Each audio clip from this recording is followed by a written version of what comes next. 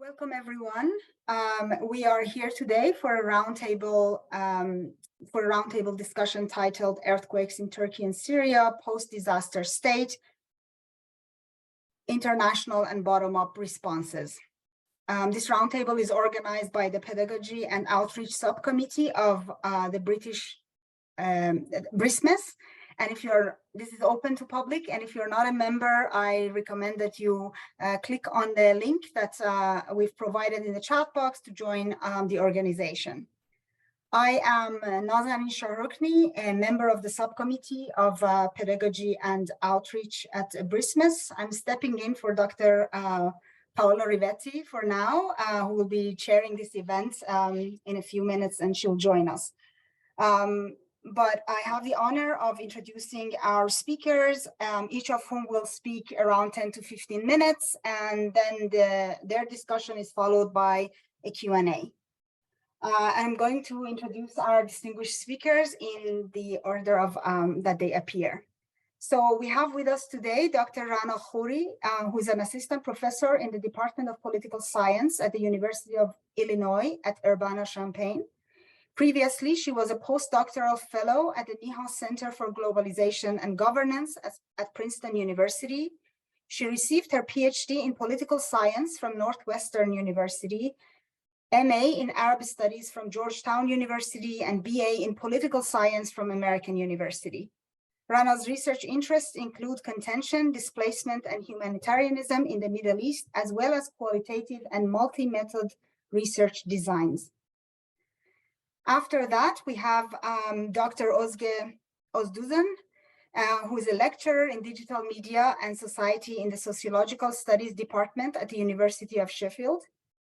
Ozge previously held positions in Brunel University, London, Loughborough University, Lund University, Edgehill University, and Istanbul Bilgi University.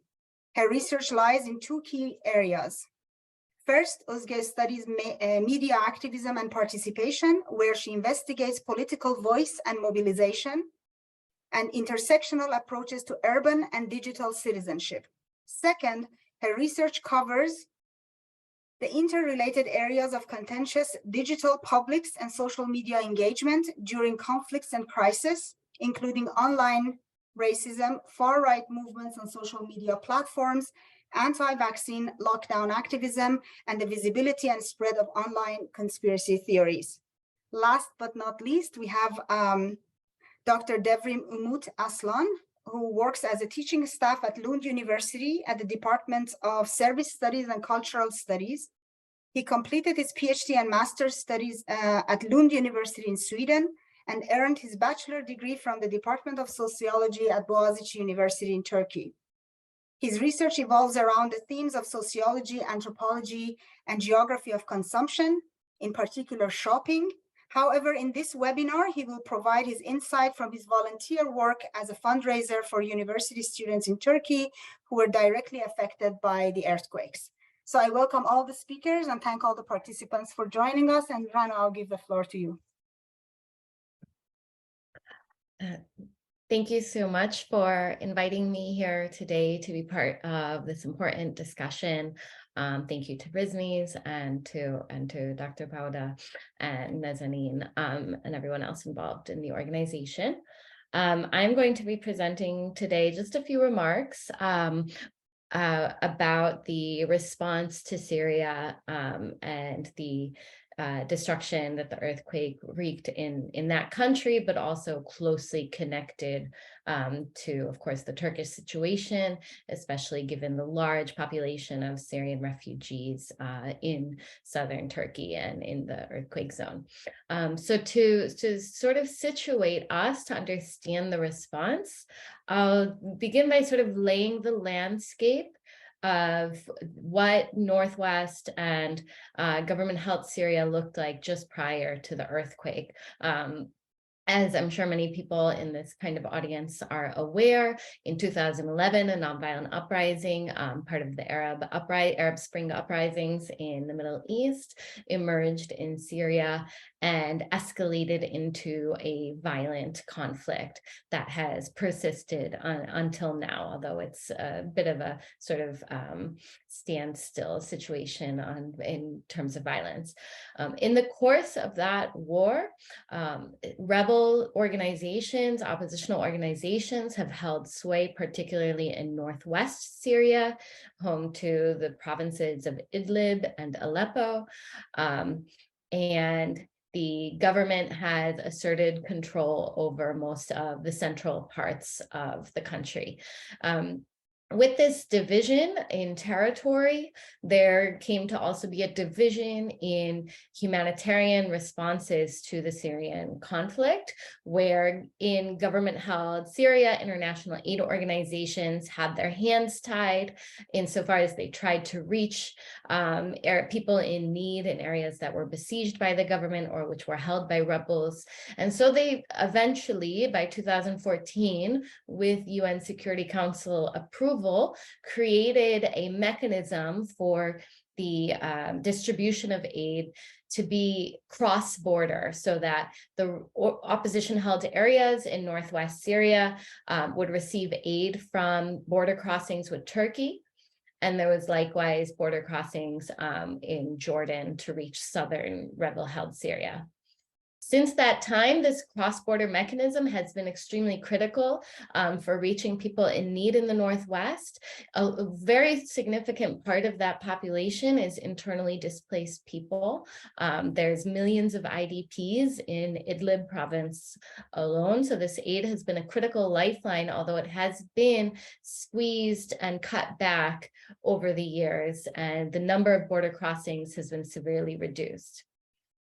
At the same time, you had a large displacement, not just internally in Syria, but also externally, where upwards of 5 to 6 million refugees are especially located in neighboring countries, the largest population of which is in Turkey. There's 3.5 million or so Syrian refugees in Turkey, about 1 to 1.5 million of them in southern Turkey, in the areas like Gaziantep that were most highly affected by the earthquake. So at the time of the earthquake and the responses to get aid into Syria were extremely shaped by these divisions in territory and by these divisions in aid-based response. So whereas in government-held Syria and Damascus, aid organizations who have been functioning under a sort of reduced capabilities due to sanctions on the country, but they were there, they were ready to respond somewhat to the extent that the government enabled their ability to do so. But in northwest Syria, which is dependent on this cross-border mechanism, the lines were cut for international aid organizations. In the first 72 hours of the earthquake, there was no international aid going into northwest Syria. There was no search and relief for northwest Syria by international organizations. Literally, the roads were blocked, and there were other potentially more problematic political reasons for that aid not to be reaching into northwest Syria. So at the time, you had civil aid organizations in Syria who were at the forefront of the response, local organizations, some of which people outside of Syria are very familiar with, like the White Helmets, the civil defense in Syria, who were responding to the immediate needs, as well as lots of other local Syrian organizations that have emerged during the period of the war. But many of these organizations, besides it, of course, they're much smaller and have much fewer resources than international aid organizations. They also have, most of them, their management or administrative offices based in Gaziantep in southern Turkey. So whereas throughout the war, these Syrian administrative offices of these organizations were able to enjoy the stability of refuge, that was no longer the case, where the operations, both in the administrative offices and the field workers on the ground, were deeply affected, and the responders themselves were suffering with their own homes and their own families having been affected by the earthquake. Eventually, international aid began to come in, and there is a lot of sort of discussion about why it was so slow. There's, UN being sort of even investigated for the slowness of the response to the Northwest. All the while, things are looking pretty different in government-held Syria, where we have the Assad regime sort of benefiting from increased normalization as Arab countries that had long been sort of oppositional and supporting rebel groups during the war, increasingly coming around in the last couple of years to normalization, and the earthquake sort of speeding up this process. So one of the biggest responders to needs in government-held Syria has been the United Arab Emirates, for instance, sending in, scores of planes and convoys and rescue teams into government-held Syria. At the same time, the Syrian government successfully lobbies for the easing of sanctions in order to facilitate the humanitarian response.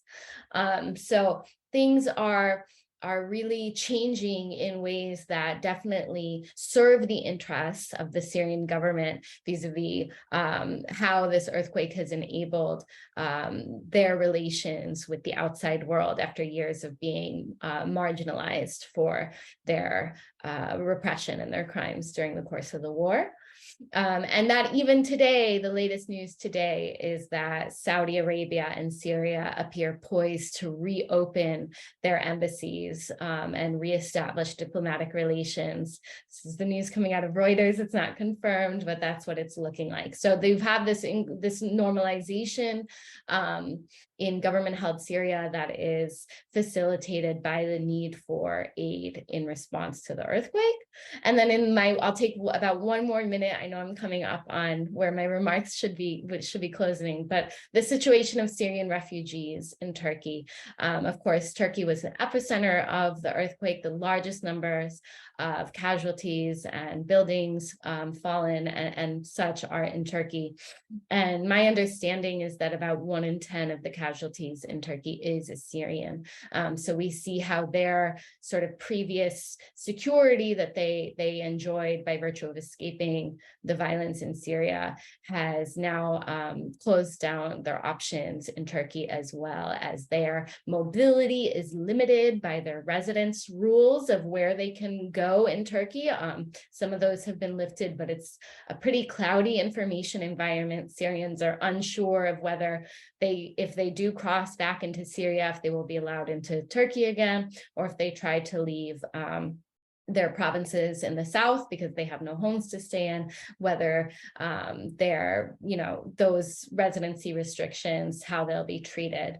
And of course, and I'll leave this to my co-panelists, but they can talk about sort of how the presence of refugees has kind of exacerbated certain political tensions in Turkey, where it seems to have increased some hostility in Turkey toward refugees. And so I'll wrap it up there, but I would be happy, and sort of when things can come back to me, to talk more about how the vulnerabilities and the economic situation of Syrians that predated the earthquake has been, further exacerbated by this terrible disaster.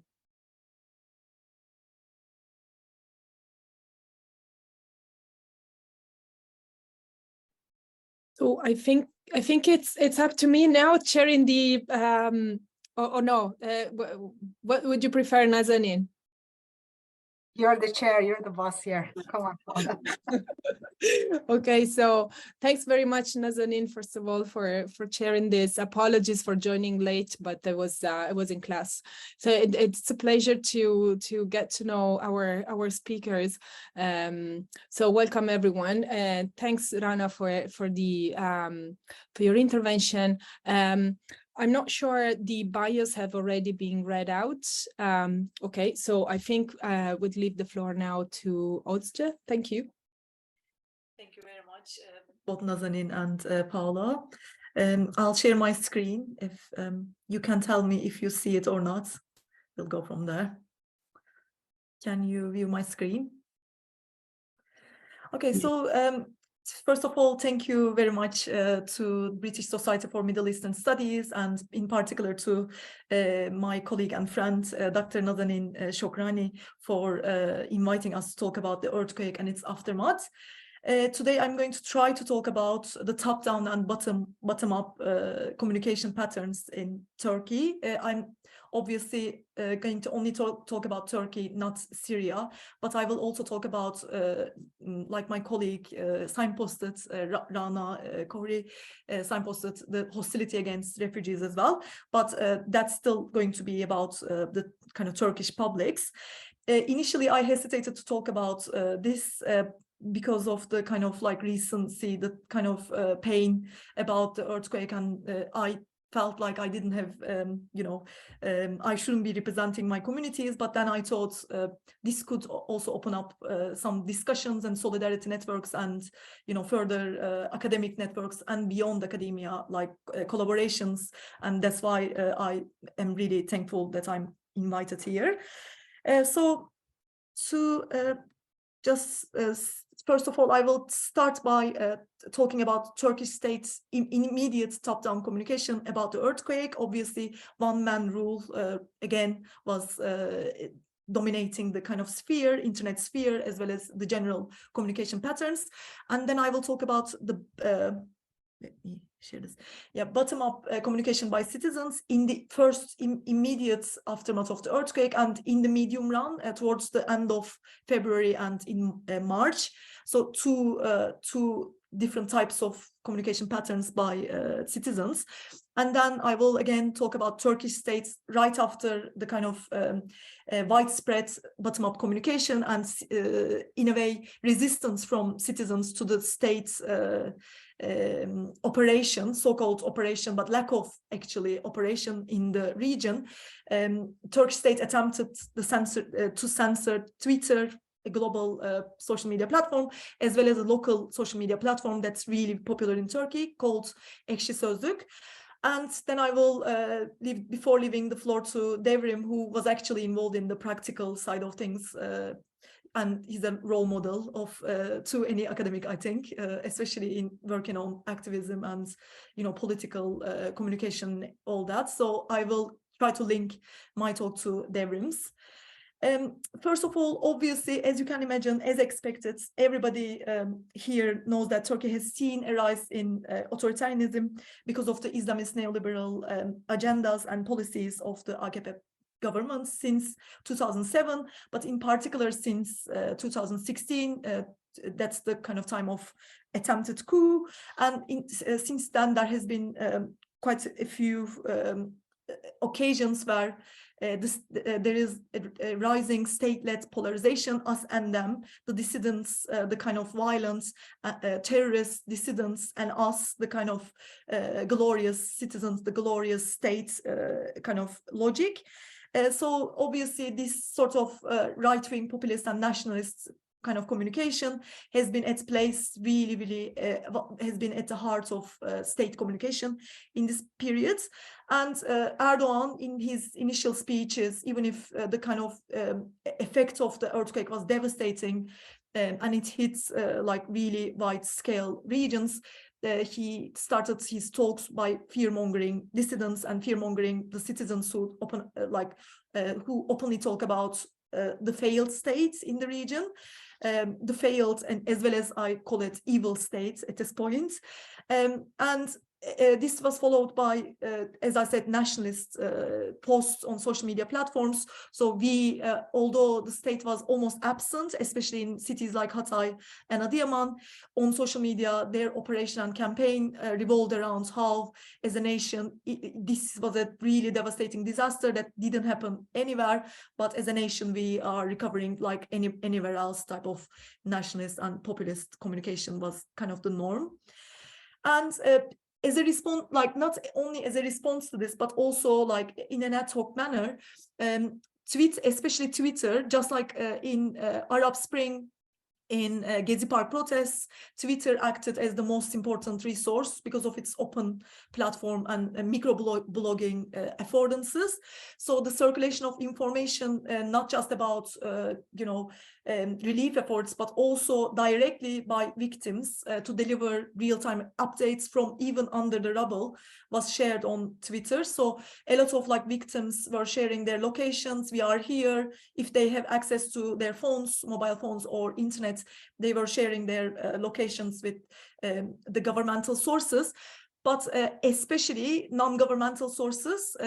Probably a lot of you here heard of Ahbap, the organization that is really active in Turkey, and there has been a lot of international fundraising events that are kind of sending all their proceeds to Ahbap. So Ahbap users were also tagging Ahbap, and then the Ahbap's founder Haluk Levent was resharing all these locations and kind of calling for help or sending help. So it became almost like a really effective and active communication channel for victims in the first days of the earthquake, especially to seek help from non-governmental sources in the absence of and lack of state in the region.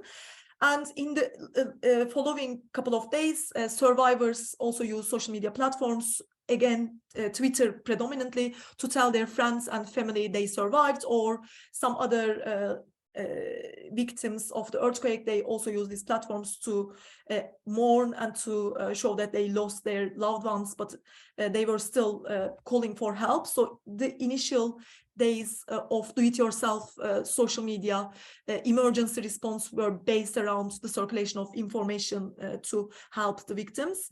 And then in the following days, we can talk more about a kind of less amateur, more almost professional shares, professional media content creation on social media platforms.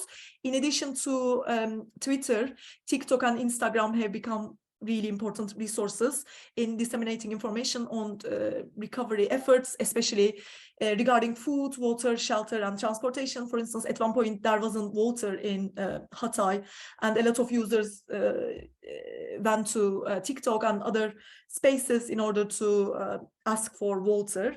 So actually these platforms became avenues for collective coping online. So a lot of citizens helped each other or called for help, even from diaspora. The same posts were reshared many times. And in the aftermath of the Gezi Park protests, a lot of users, because of the state scrutiny, have remained anonymous, but increasingly now, because of the hope for a change in the regime in the upcoming elections, in my view, users start to use their real names as well. And all in all, this kind of citizen communication, although it helped citizens that were and victims, also volunteers and activists, we could also talk about an information overload. There were also lots of false information about the kind of events as well, which brings us to another bottom-up kind of posts on social media platform, especially in the kind of not in the first couple of days, but in the second week, we were able to see on in Turkish internet sphere a rise of online racism against Syrians in the region. So again, previously in my work, I talked about how online racism about refugees in Turkey, it was rests on a kind of revival of biological racism based on biological superiority on social media platforms. And this tendency again come to the forefront in this period. And not just online racism, as in Syrians did this, Syrians did that, they looted, or this sort of thing, but also lots of conspiracy theories about backed with so-called visual evidence about looting Syrians, and more Syrians are coming to Turkey. So bottom-up, obviously, communication and citizen communication is not always hopeful. There was also this sort of contentious and really awful social media posts in the periods that scapegoats and others Syrians. And there was also a political campaigning. This is not just bottom up because obviously in addition to bottom up accounts and posts that call for Erdogan's resignation, there were also a lot of political organizations like Turkish Labour Party that created effective images in order to ask for Erdogan to resign. And now in the kind of longer run, these sorts of political campaigns transformed into campaigns about the upcoming elections. And again, because of this, like the rise of really effective citizen communication as well as political campaigning, governments came back and they restricted Twitter, which, as I said at the beginning of my talk, was the most effective and most widespread social media platform used. And they also restricted Ekşi Sözlük, which is a really important local social media platform, a really popular one because of its having oppositional views, oppositional to the AKP government. So to cut it short and leave the floor to my colleague and friend, Dr. Devrim Umut Aslan, what to do next? Obviously, what I've seen on the Turkish internet sphere was a kind of isolated communication pattern, isolated to Turkey. So what we now need to build is more kind of cross-border solidarity networks for Turkish and Syrian communities, not just in Turkey, but also in Syria.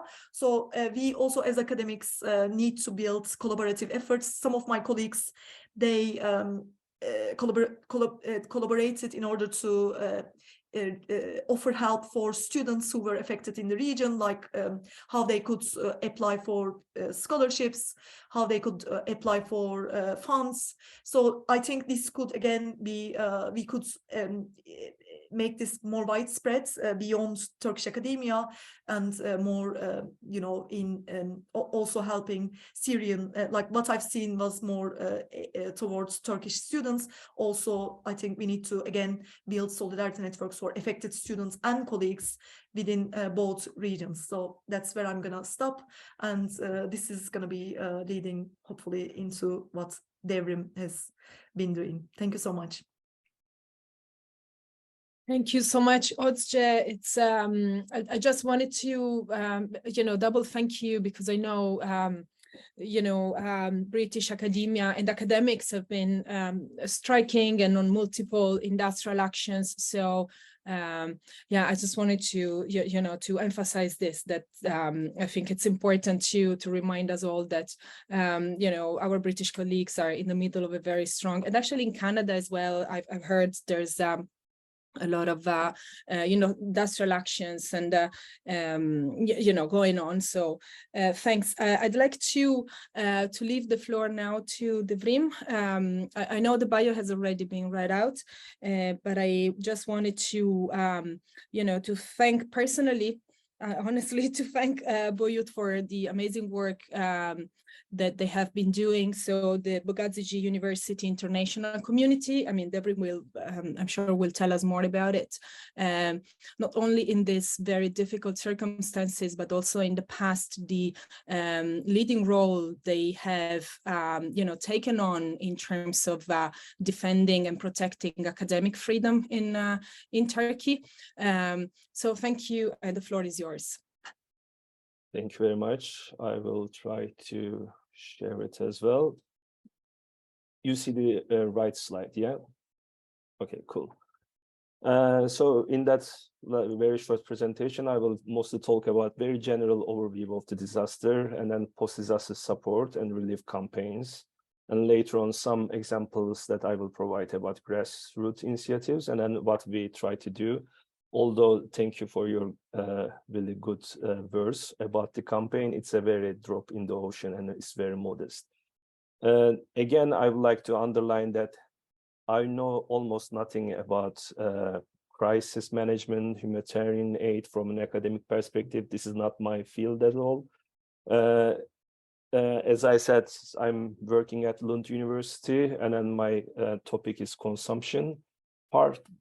partly my field or my research is linked to migration and how migrant populations are enacting consumption practices in the host society, but really just that these Middle Eastern politics, the Middle Eastern landscape is not my expertise at all. But then something happened 3 years ago almost, that in my bio, I wrote that I'm an alumni of Bogazici University. And I will try to make a link from that, what happened to Bogazici University and what has been done, or the problems that people face during the relief and rescue operations post-disaster, post-earthquakes.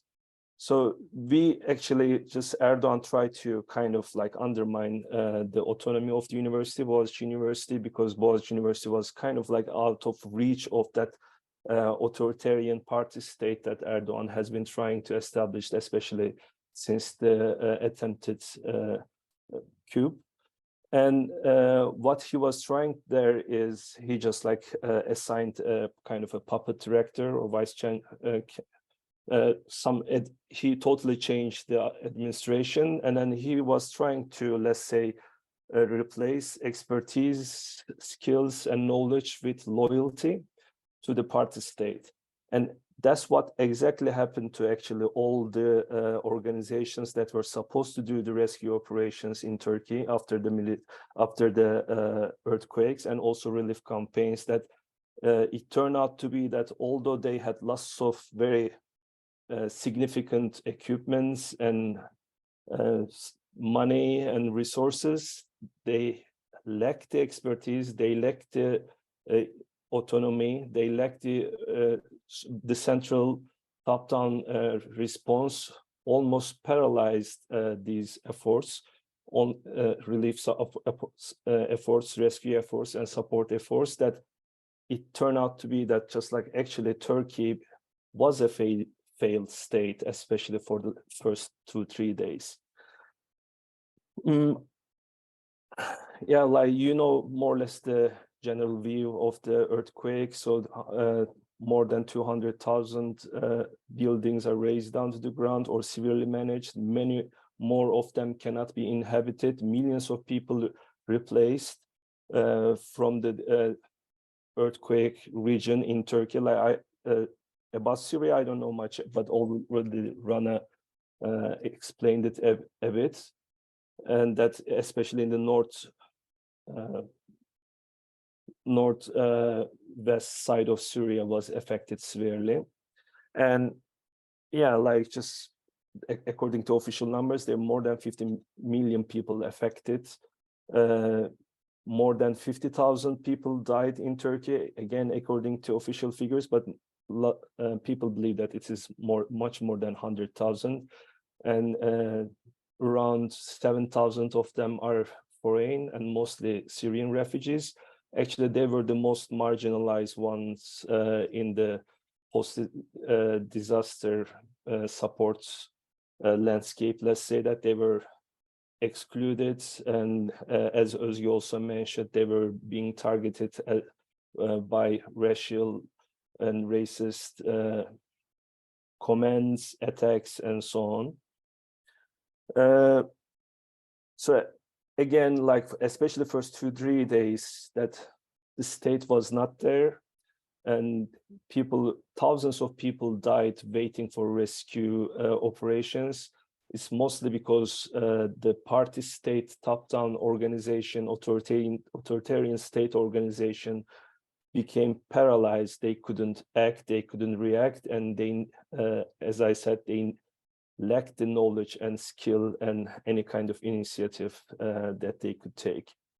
And Turkey is a kind of earthquake geography, that we had a very major earthquake in 1999, close to Istanbul, more than 20,000 people died. And then at that time, just the discourse was that we will learn from this earthquake, and then we will establish and kind of establish some sort of like immediate response organizations, but also reinforce our cities and buildings And then, for instance, it was introduced, the earthquake tax was introduced, and many claim that actually Erdogan got the power because of that earthquake and then the economic crisis that followed afterwards. And then it showed that actually during that time, he did nothing, or his government nothing, to prepare the state and the cities for this disaster. Vice versa, he built some sort of a kind of economic gain network, intervened with loyalty schemes to the state and to Erdogan. And the government used construction sector particularly for that purpose, which created really corruption during city renewal projects, building new sites for people and so on. Then it turned out to be that the newly built residences were not really safe either. Anyways, I will try to go a bit faster now. So the problem was, as Ozge mentioned, that maybe Turkey wasn't like Syria, that there were like physical borders, maybe divided into 4. But in Turkey, there was a mental border, especially in the last 10 years, that there's a huge mistrust to the state organizations, to Erdogan himself and the government. And then in that post-disaster landscape, people try to find their own ways to support the victims, and it was really, in that sense, very chaotic in the beginning. For instance, like Haluk Levent, he's a celebrity, a former music star, that he's established a charity organization. That charity organization, like semi-amateur, alone got $50 million US support through crowdfunding, crowdfunding initiatives and people grassroots fundraising. It's just because mainly people didn't trust state organizations. They didn't want to donate to state organizations because they didn't believe that the aid that they will provide would end up at the hands of the victims, or they will give the proposed or assumed relief to them. There are some examples that I put, for instance, like Bridge to Turkey, a platform in the US that it collected alone $8 million US. Turkish philanthropy funds in the US, $10 million. Mosaic, it's just, these are relatively very small organizations, maybe 10 people, 15 people, with volunteers, maybe more. Mosaic is a small organization as well, like in the UK, that it collected £3 billion. Definitely the more established international charity organizations collected much larger sums. For instance, like Giro 555 in the Netherlands, 100 million euros, and United Nations is gonna give $1 billion US to Turkey and Syria, and European Union 7 billion euros. International Red Cross is 200 million. So when you think in this case, like scale-wise, these grassroots fundraisings and crowdfunding initiatives are still small, but it was quite strong and it was quite vivid. Only in GoFundMe crowdfunding platform, there were more than 500 fundraising campaigns started by small organizations or individuals. And then, yeah, like also academics living abroad, coming from Turkey and Syria, they try to do their parts as well. There are many examples that you can find. Ozge gave some examples, including ours. For instance, like Research Institute on Turkey, they collected money, and then we try to fundraise some. And many academics, they try to create some bridges between their universities with the universities in Turkey. Some student exchange programs, some supports, infrastructural support to the universities. But the problem, due to the failed state situation, that we have also election coming in, this situation is really chaotic. So then I will talk about what we try to do as Boğazici University International Community, that as I said, we were already some sort of an organization that fighting against Erdogan's power grab to universities, academic autonomy, and also academic freedom. So we had some sort of like organization, but not for these things. But we try to mobilize ourselves and then try to find university students that we can help. So we kind of contacted public universities, which has some sort of a history of resistance, grassroots movements. And then slowly we expanded our reach, and we're still trying to expand the reach that the university alumni organizations, the university student councils and academics are providing lists of students who are in a desperate or immediate need, that we try to provide kind of only 250 euros in emergency aid, that after a while we're planning to provide also computers and psychological support systems that we planning to establish, and later on also mentorship and maybe for future collaboration with the students. But the problem is, well, so far we collected, for instance, that's why I'm saying like a drop in the ocean, £40,000, which helped 150 students, and the estimation is there are 300,000 university students directly affected by the earthquakes, only in Turkey, that I'm not counting Syria because I don't have the knowledge about there. The earthquakes happened during semester break. A lot of people, a lot of students were their family homes, visiting their families during the earthquakes. And that's why actually we have university students directly affected by the earthquakes in whole Turkey, in every single university. There are around 200 universities in Turkey. Definitely the situation in the earthquake region is much more severe. And then the universities, I think around there, like 11 universities in the region, that they're suffering much more than the other universities. But that's the situation, that we are really trying to help some students, but really, really modest, and trying to find new alliances. And the problem is actually the crowdfunding kind of vitality, let's say, is diminishing. Right now it's almost down to zero. And then we try to find alliances, applying to larger foundations, larger funds that is collected in elsewhere, or maybe in again more established international charity organizations or relief organizations. That was it actually. Just a second.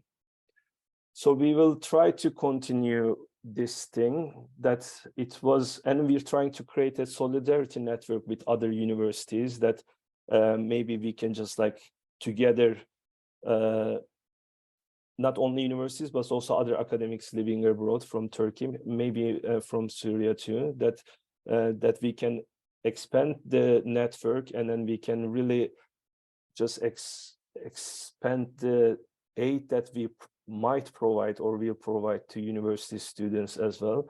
But situation is, as I said, really catastrophic. It's kind of there's a catastrophe there, and then what we can do right now is very little. Thank you so much, Devrim, for telling us about the the important work that BOYUT is doing, and much more than this, of course. Thanks to all of our speakers. Since we have some time now for questions and comments from the audience, and really anyone who wants to to contribute in any way to the discussion. There's a chat box. You can type your question, comments if you prefer in there, or otherwise please feel free to open your mic and speak.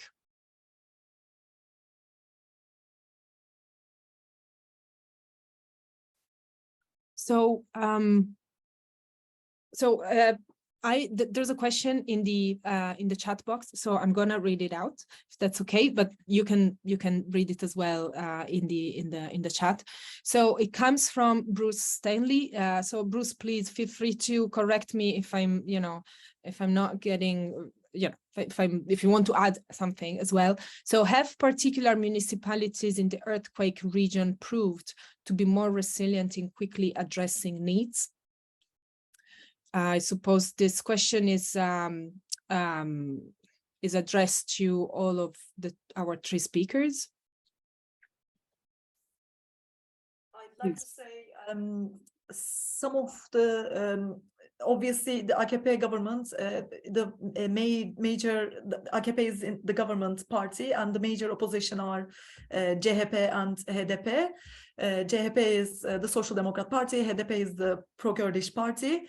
So if some of these cities are governed by, for instance, the local municipality are CHP, the Turkish, for instance, Hatay, if I'm not mistaken, and they were trying to block at some points the kind of aid that they were trying to organize, so that their sources and their institutions could overrun the power of local municipality because of the upcoming elections. So even if there were really potentially effective efforts, such as the Diyarbakir government, Diyarbakir local, although it's a little bit far away from the epicenter of the earthquake, Diyarbakir HDP organizations, they were also actively trying to gather lots of aid, but the government sources were trying to kind of, in a way, block other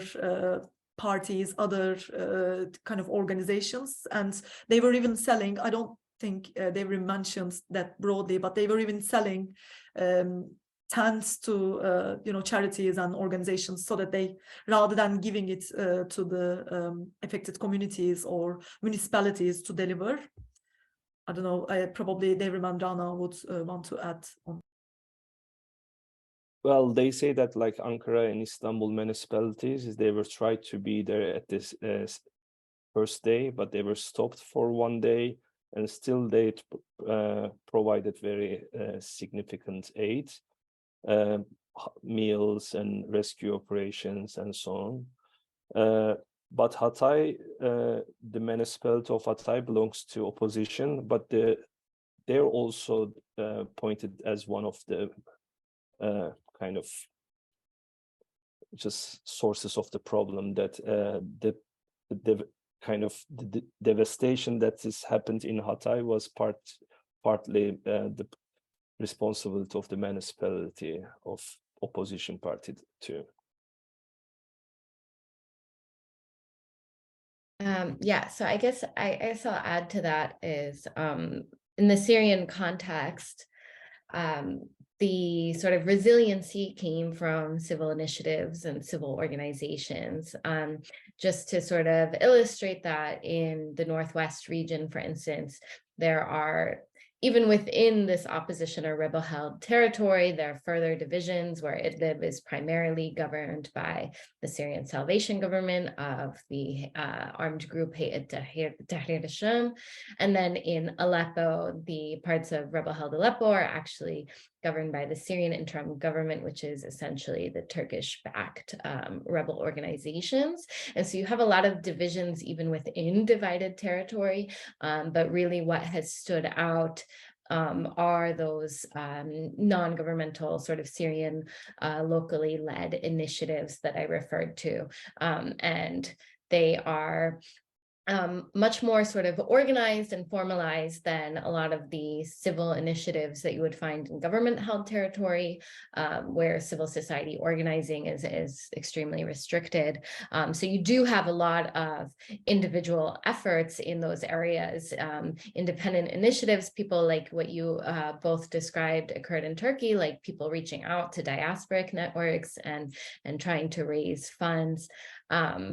but in those areas, you don't have those same organized NGOs. But I also don't really want to sort of play up the resiliency. I mean, just the devastation is too much for any of these groups to handle. They already were dealing with disasters. For instance, many of the buildings that fell in these areas were informally built structures to house IDPs, and so there were not regulations that would sort of enforce and reinforce those building standards to be able to withstand this kind of natural disaster. So the informality and the economic situation that preceded, I mean, it's really testing. 90% of the Syrian population is now under the poverty line. So the sort of starting point is really low and difficult to sort of find lights of resilience, I guess. Thank you very much. We have a question from Azam Khatam. So Azam, if you want to add anything, feel free to unmute yourself. I'm going to read your question. Thank you for your insightful presentations. My question concerns the use of failed state Rana and Devrim used to conceptualize the failure of the government in responding to the disaster. Can you please explain the concept beyond the lack of experts in the new restructured government after attempted coup? Who wants to start, Rana or Devrim? I didn't use the term failed states. This sounds to me like a question more directed at Devrim. Okay, I just failed state in the sense that, in a very general term, that there's some sort of a contract that you make the state that in these kind of emergency situations that you expect the state provides some sort of basic organizational skills and then demonstrate them and then provides aid. That's why you're, for instance, paying taxes, especially in the Turkish case, there was a particular earthquake tax, and turned out to be that there were, I don't remember the amount, but the whole amount was spent in constructing roads and other construction projects, but not anything particular for earthquake, preventing earthquake devastation, let's say. I think it was still linked to that lack of experts, kind of like emptying out all these organizations and institutions that are not directly under control of AKP and Erdogan government, that for 2 days, they were non-existent. There were no single state organization or rescue operation that people were, just according to the reports of the victims, people died screaming for 3 days. So the state could come only after 3 days, including the army. So not only the experts, the organizational skills, that there was no organization, there was no preparedness. For instance, the municipality of Adıyaman the building of a municipality was also razed down. The main building of state rescue operation Afat, I think it was in Antep, the building was also razed down. Like even the institutions supposed to help citizens and residents of the region were not capable of doing anything because they were also under the just buildings or just. So I think this failed state in the sense that like just the state could not perform the very basic fundamental aspects that you're supposed to expect from these institutions in a very general term. I think I used this term as well in my presentation. Maybe the question was to me. So in addition to what Devrim says in one sentence, the failed state also, I think, enables, it becomes an enabler of polarization, fear, trauma, and rather than rights, rather than safety, rather than basic needs of citizens. So it becomes more useful in terms of fear mongering and these types of chaos, rather than structured, in this case particularly structured aid. I mean, they also, for instance, didn't enable international volunteers coming in. So international volunteers were also waiting in borders. They waited for at least 3 days. So a lot of them had to go back because the state entered with, large tools rather than saving citizens. So yeah, I just wanted to add. Thanks very much. So Azam, also thank you in the chat. So we have a question from Eliana Melhem, who asks to Rana. Rana just mentioned that civil initiative and civil organizations were the #1 example of resilience, hence the first actors to respond prior the assistance of international organizations. So my question is, would you consider the Syrians' resilience case as a successful example of local knowledge to build on and to collaborate with by the international humanitarian organizations in order to adopt risk reduction approaches in the future?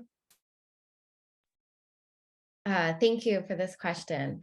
Absolutely. I think, this is a lot of what I work on in my research as I look at these relations between international aid organizations and Syrian organizations in the course of the Syrian war.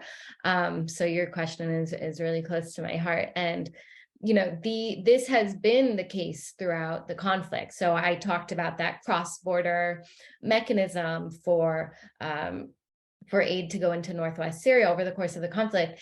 And that is an international mechanism sort of backed by the United Nations, but all the responders inside Syria are Syrians. They have carried out 100% of the relief efforts. International actors do not go in themselves to these areas. They rely on Syrians, and absolutely Syrians are able to carry this out because of their local access, their connections, their knowledge, their networks, and language, obviously, and all the ways that they are able to implement these large relief programs on behalf of international organizations. That said, despite all that they bring in their abilities to the response, it is rarely the case that they are receiving direct funding in order to do this. Instead, it's sort of subcontracted multiple times before it gets to them. They don't have core organizational support. They get funded for a 6-month project, but not for the sort of more stable core funds that could allow them to have long-term objectives and sort of build themselves up independently. Donors just don't take risks on small local organizations, despite all the advantages that they bring. And in this context, and in every conflict context, it is local actors who are not only the first responders, but they're also the last responders. They're the people who are sticking around after international aid organizations leave. So. Thank you, Rana. So Asli Tali has a question as well, which I think is a very important question, and perhaps given the time, it's a good question for us all and a good one to kind of wrap up our webinar. So thank you for all the timely inputs and solidarity. What would you recommend that the Middle Eastern Studies research groups, such as this one, do for relief? Maybe special call for research grants, bursaries, at-risk fellowships, also remote contracts?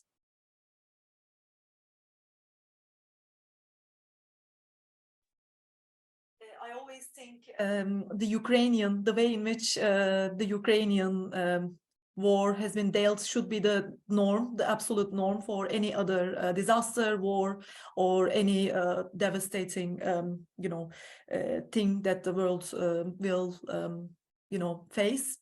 hopefully there don't be any, but I know there will be. So just like that one, there should be so many calls. Like, for instance, I saw a lot of campaigns about Ukrainian scholars by British Academy, by a lot of funding bodies in Britain, but I never see them like exclusive of Middle Eastern studies groups at risk, scholars at risk.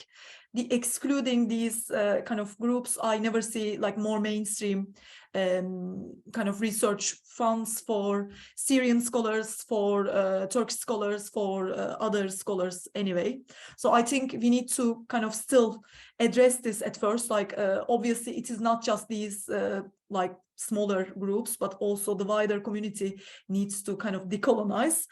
But what we should do in these organizations, I think that's a really great idea. All of us need to probably talk about this, like in probably follow-up meetings, what we can do all together, what sort of calls could we do, like what are the funds that we could collectively create, what do we have already.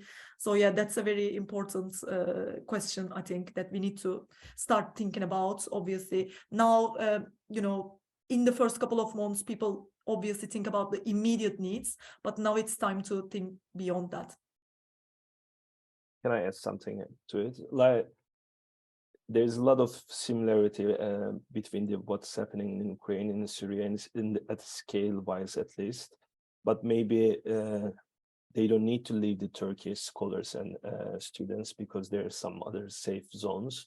But on the other hand, there is a very immediate and also long-term need for financial assistance, educational infrastructure, and some other support systems for mental health, to some mentorship, because some people really, some students lost everything, their families, their homes, their financial security, and some will try to come to other countries for post-bachelor studies and so on. So like just some sort of a stipendium and educational infrastructure campaign needs to be done at a much larger scale than what we are trying to do, for instance, in the BOYUT. That is very small, and it is very, in the sense that what's happening is very insignificant. For that, maybe there can be some sort of a very loose network of international academics trying to provide some sort of a relief to what's happening in Turkey, but maybe for other coming disasters and crises that seems to be happening every other year these days. Yeah, I know we're running out of time, so I'll just speak quickly. You know, I would hope, I think my colleagues here have great ideas about how to approach this. In the Syrian context in particular, I would just hope that, you know, we can sort of look beyond the political divisions that govern Syria. I've, of course, talked a lot about those divisions because they're relevant to understanding the response, but I think as scholars, sort of being able to see beyond and understanding that there's victims on all sides of all the divisions in the Syrian context. And I've seen a lot of the responses sort of forget that and understand that people in government-held territory are victims too, and to think about how we can reach across those divides. Thanks very much for this, I mean, for the engagement and you know, the time you've devoted to you know, to teach us and share your wisdom and your views. And thanks very much for these last answers and ideas in particular. I think they're, you know, it's extremely important that webinars and, you know, occasions like this one, you know, become something, you know, something productive in a different, at a different level. So thanks very much for being here. I would like to thank in particular Nazanin for chairing and starting off the webinar. I think we've learned a lot in, you know, tonight, in particular when it comes to earthquakes and any sort of, I suppose, emergency as really a way, as really a field or, you know, a time and the space that we have to closely observe, because a lot of things happen, you know, with the excuse, if you want, of emergency. So there will be, I'm sure, a lot more to happen. But in the meantime, I think we could all do our bit in terms of solidarity and in terms of building networks and forms of solidarity. So thank you very much to everyone, and thanks Devrim for writing down the website of BOYUT. Of course, we encourage you all to go and check it out. And yeah, until the next webinar, thanks very much to everyone, to our speakers in particular.